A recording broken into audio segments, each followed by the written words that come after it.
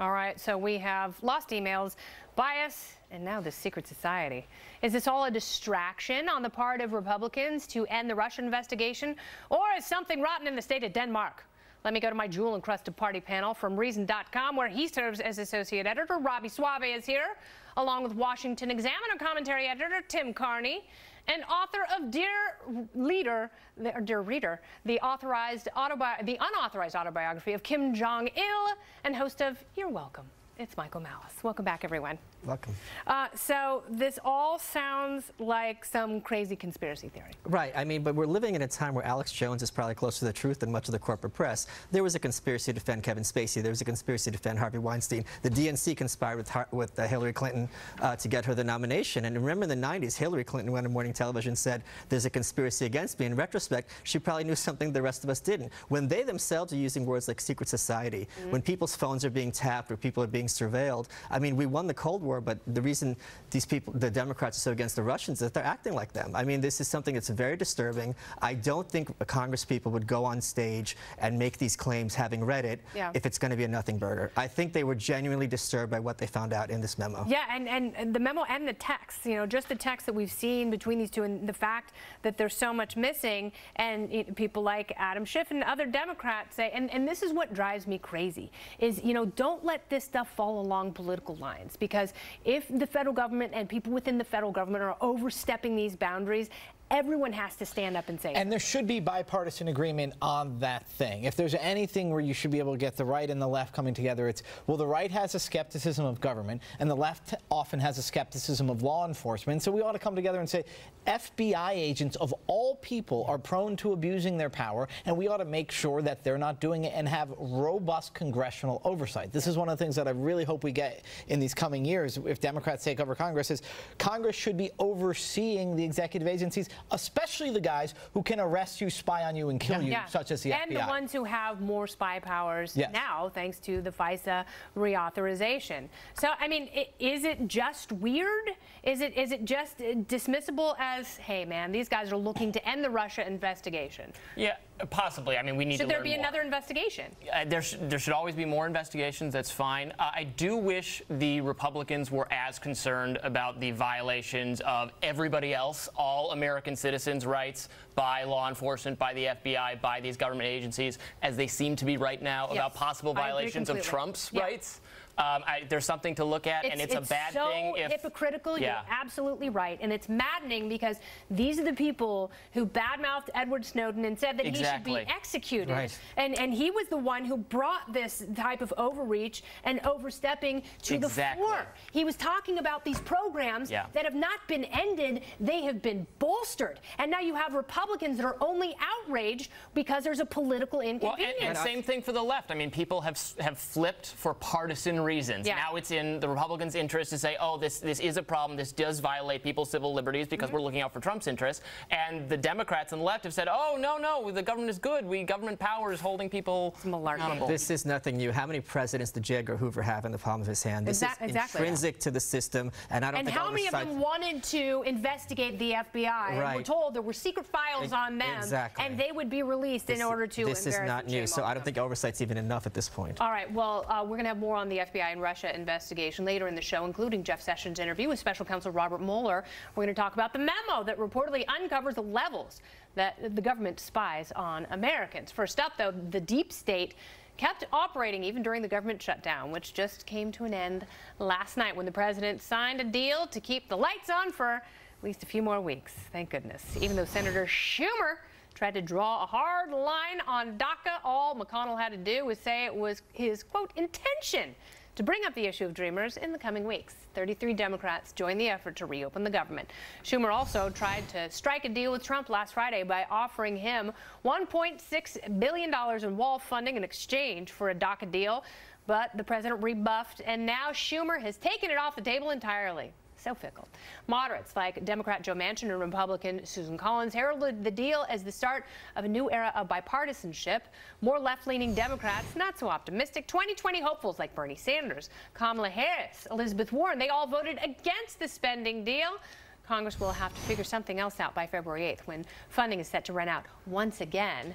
But who are the winners and losers of this shutdown? Can the president claim victory? I go to you first. Winners and losers. Well, Schumer's a big loser, right? Because what he got was what had already been offered him before he shut the government down. It was, hey, we'll talk about DACA after we redo the government. Yeah. But which essentially means a clean immigration. Yeah, a clean immigration bill. But I think that I see this as a trial run, right? That the Schumer and the Democrats are trying to see how does it go when we shut down the government, and what can we get, and how does the White House and congressional Republicans interact? Can we win the messaging? Because come February, I think we're going to see this again, because they look back on 2013 when Ted Cruz and the Republicans shut down the government. Everyone said, "Oh, this is disastrous." Republicans Guess what? are awful.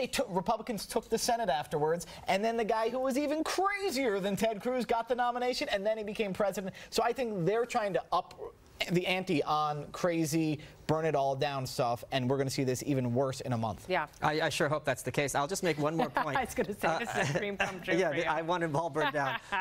What we're seeing is the big winner is Mitch McConnell, because he's having Democrats go on TV and sing his praises, something even Republican senators don't want to do. No. It's just amazing to watch their genuflect before him. And the thing is that 2013 is the perfect example. The Republicans folded completely, but there's a huge asymmetry in the negotiating here, because DACA is a ticking time bomb. Yeah. If they don't get a deal by, late mid-February, early March, those people are going to get deported. Yeah. So that is huge leverage for the Republican side, and all Trump has to do to win is literally do nothing, which is something he's pretty good at.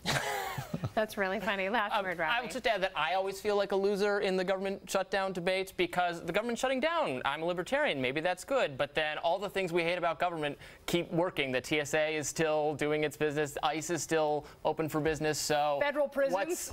What's great? Everybody gets entitlement check spending still go out. So it never. It's not quite as good as it seems John Stossel like. had a list last night of the things that still function when government is shut down, and the list was way too long. And Stossel made a very good point. Like, he wished the government had shut down for a lot longer so people would see how non-essential most of it really is. Amen, John Stossel. Everyone put on your Some staff. of my best friends are non-essential federal workers, so we have to, I have to worry about them. But I do introduce wonder them to the private sector. Yes. That would help all of us. Very good. All right. Thank you, gentlemen, so much. We'll see you a little bit later in the show. First up, Special Counsel Robert Mueller has now interviewed Attorney General Jeff Sessions, making him the first member of the president's cabinet to be questioned in the investigation. Is the president next? I'll ask Dan Henninger after the break.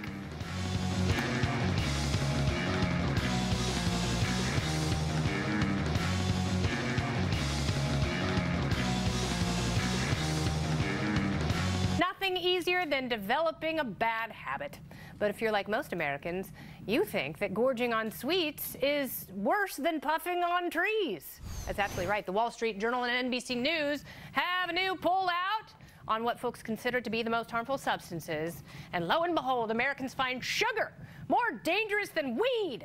Tobacco is thought to be the most harmful of all. 41% of respondents said that, followed by alcohol at 24%, sugar at 21%, fourth place, weed, only 9%. So should we be more afraid of candy wrappers or rolling papers? The party panel is back. Robbie Suave, Tim Carney. I just... Hola. Suave and Carney. They're a new circus act. And Michael Malice will be playing the part of the Wolf Boy. Well shaved. Thank you all for being here and coming back. Oh, indeed. Do you agree with this assessment that tobacco is the worst, alcohol is pretty bad, and sugar is worse than weed? Well, tobacco is clearly the worst. I mean, in all seriousness, if you're going to look at any substance that you shouldn't use, it's both addictive and the long-term consequences are bad. But if you look at sugar, look at Frankenberry, look at Count Chocula. I mean, these are Cookie Monster. These are awful people. The Trix Rabbit is under indictment for disemboweling those kids and using their Captain stomachs Crunch as serving bowls. Still in Guantanamo Bay. Yes, so I think we need to focus on what makes people happy. I'm not a smoker myself, but what makes people happy and calm and sedate. Yeah. Who would you rather have come home? Someone who's on alcohol or someone who's on weed? One's going to tell you funny stories and you don't know. Giggle. And eat all your butter. And the other one's not so funny. Yeah, that's absolutely true. I think yes, sugar's bad, and it's like great breakthroughs in sort of health science that we're finally understanding. The three things that make food taste good, right, are salt, fat, and sugar, and that fat is the best one for you, even though we were all brought up to. So people realizing sugar bad as diet is good, but I think we tend to sometimes undersell like pot. can have lots of harms too. I mean, the most interesting, creative people I went to high school with became boring from smoking too much pot. So I would say too much sugar is bad for you. Alcohol has huge social costs, but I'm going to tell my kids, don't do pot. I don't think pot's... So of those things, you would be... Well, I give my kids a little bit of sugar. Yeah. A lot of alcohol. Only alcohol after they turn 21. They're Irish, so maybe a little younger. And I'd say no pot, actually. Robbie, I think sugar is the worst of all. I do, because I am Why? so addicted to sugar. And I know what it does to you. It feeds cancer, and it rots your brain and makes people fat. You know what? I'm not interested in telling anyone which of these substances they should use or That's not the bottom use. line. I only That is the care bottom line. what the government lets them do, and it should be all of them. I agree. The and government it's should up to let you make your own bad choices, but and just because I think something's bad doesn't mean it should be illegal. I think libertarians, we have more of an obligation to be moralistic about what people ought to do with their lives, precisely because we want to let them do it legally and then say, while all this stuff is legal, this is the stuff you ought to stay away from. This is stuff you ought to do in moderation. Last word, Malice. Sugar is sweet, and so are you. He's the winner. Thank you so much. Great to see you guys. Tuesday Man panel, just like it or